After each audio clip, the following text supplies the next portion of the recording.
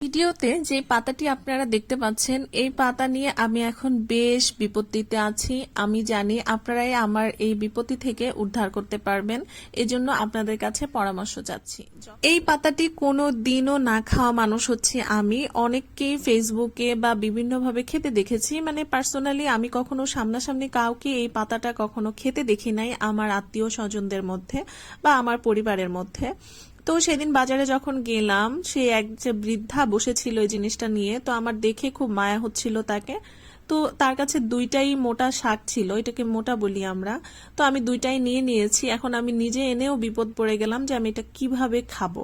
তো পাতাটা আমি অনেকেই ভর্তা করতে দেখেছি, কিন্তু এই যে এই ডাটাটা নিয়ে আমি এখন বেশ চিন্তায় আছি। আপনারাই বলেন এই ডাটাটা কি খাওয়া যায়? যদি খাওয়া যায় তাহলে হচ্ছে আমি একটা ফ্রিজে রেখে দিয়েছি, তখন হচ্ছে আমি রান্না করব। আর এটাও বলবেন খাওয়া গেলে কিভাবে খাবো আর কি। আর যদি না খাওয়া যায় তাহলে আদারওয়াইজ আমি হচ্ছে এই জিনিসটা ফেলে দিব। তো আপনারা একটু যারা যারা খেয়েছেন কমেন্টস করে জানাবেন। আর যারা নতুন এই জিনিসটা আনবেন, কাটা বাছা করবেন, তখন তাদের উদ্দেশ্যে বলি এটা কিন্তু সামান্য একটু হাত চুলকায়, যেটা আমার হয়েছিল। যাই হোক, নতুন অভিজ্ঞতা, নতুন নতুন সবকিছু একটু তো এক্সপেরিমেন্ট করতেই হবে। Experiment with experience. যাই হোক, আমি কি প্রথমেই হচ্ছে কিছু 1 চামচ কালো জিরা ভেজে নিচ্ছি। আমাকে ওই দাদাটা বলেছিল যে এটা মূলত কালো জিরা দিয়েই খেতে হয়, তো আমি ওইভাবে কালো জিরাটা ভেজে নিলাম। এরপরে হচ্ছে আমি এখানে পেঁয়াজ কুচি, রসুন কুচি ও কাঁচামরিচ দিয়ে দিলাম। ওই পাশে কিন্তু আমি শাকটাকে ভালো করে ধুয়ে তারপরে কুচি কুচি করে কেটে রেখে দিয়েছি। আর এই পাশে হচ্ছে রসুন, পেঁয়াজ, কালো জিরাটা একটু লালচে বাদামি করে ভেজে নিয়েছি চুলার আঁচটা লো রেখে।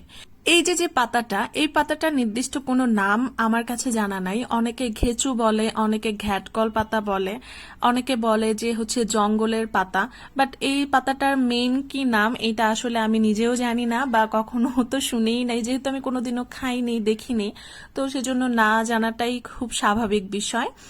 শাকগুলোকে দিয়ে তারপরে হচ্ছে লো আঁচে আমি পানিটা শুকিয়ে নিচ্ছি।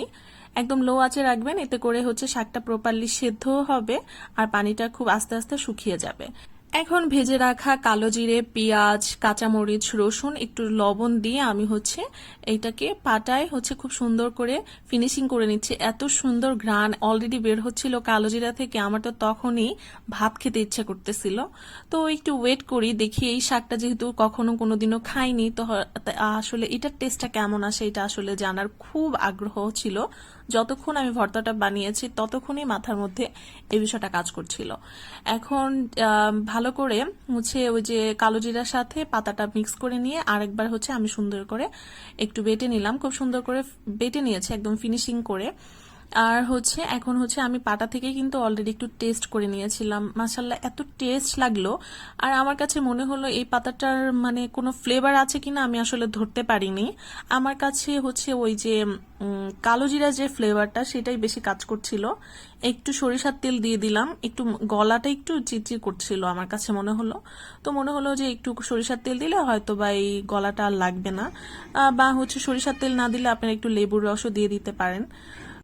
আপনারা যারা এই ভর্তাটা খেয়েছেন তারা অবশ্যই কিন্তু কমেন্টস করে জানাবেন আমি ঠিক ওয়েতে ভর্তাটা বানাতে পারলাম কিনা।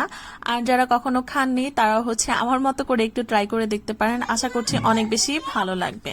আজকের মতো সবার কাছ থেকে বিদায় নিয়ে নিচ্ছি, দেখা হবে নতুন কোনো রেসিপিতে আবার নতুন করে। সবাইকে অনেক বেশি ধন্যবাদ।